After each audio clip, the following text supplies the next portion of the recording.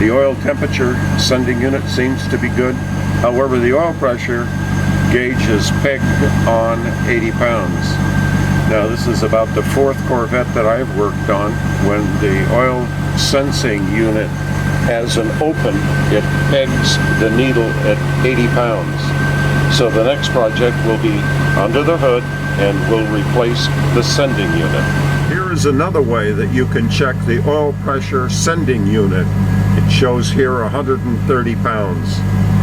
Not valid. Well, now that Peter has heard there are 3 ways to change that oil sending unit, he has decided he is not going to take the intake manifold off. I am not going to let him get near the car with a circle saw, and I'm afraid that with Peter's extensive vocabulary this could be an X-rated segment.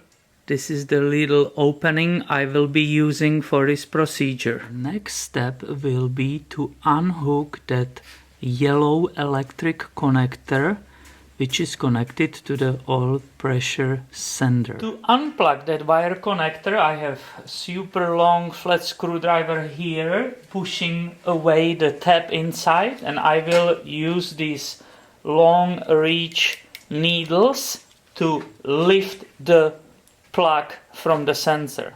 How we get inside in that very tiny spot, that deep socket. It's a 27 millimeter or 1 1/16. Here you can see the unplugged electric connector. Right above that sender there is a line, it's a PCV line running right above it. This is in my way, so I will disconnect it here from that PCV opening and push it on the side. So there is one more hose right above that sender unit, and I will use my pliers here. It's the vacuum pump which leaves the intake and supplies the brake booster, so I will remove it and disconnect. Here you can see the vacuum hose disconnected from the intake, and that gives me finally a very easy access for the deep socket to that sender unit.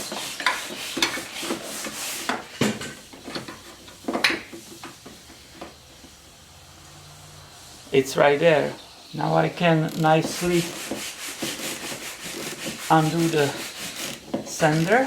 I'm using my long reach needle pliers, and here you can see the old sending unit is out. Here you can see nicely comparison of the old and the new sensor.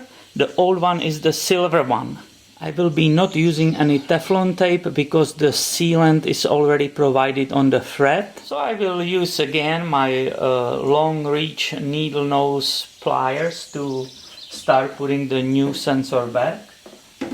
So putting that sender unit back wasn't so easy with that tall socket. There wasn't enough clearance, so we bought a shorter socket, and that will work perfectly. I love this socket, this saved the job.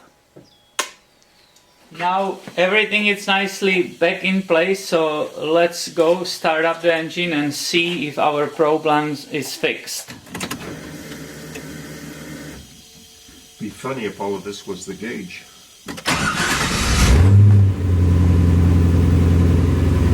Oh, hallelujah! It was the sender as we suspected. The pressure is beautifully showing. It's not anymore the infinity, the top, but it's working. So this job was definitely success. Or was it?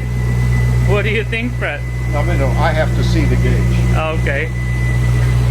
Now what will be conclusion of this shortcut for replacing oil sender unit? That's a good question. It took definitely some time. I will say reasonably we can speak about something like 1.5 hours if you have all the tools ready around. So that's against 4 hours, which is entire job with removing the intake and all the other parts and putting it back. So will I recommend it? Well, I will say this: if you have a small hands and you are patient, go for it and try it. But if you are the guy with the big hands, probably skip it and do it the right way, because there's really not enough And the big mouth. space. And Fred has some comments here. Let's listen to him. Because I most certainly could not get my hands down in there, and it would frustrate me beyond belief. It would be easier, take the intake manifold, all the fuel injection off, and I can put it back together so there are no vacuum leaks. So you was able to hear both opinions, and all I can say, stay tuned. Please subscribe to the channel, because more videos about the Corvettes are coming out. Have a nice day.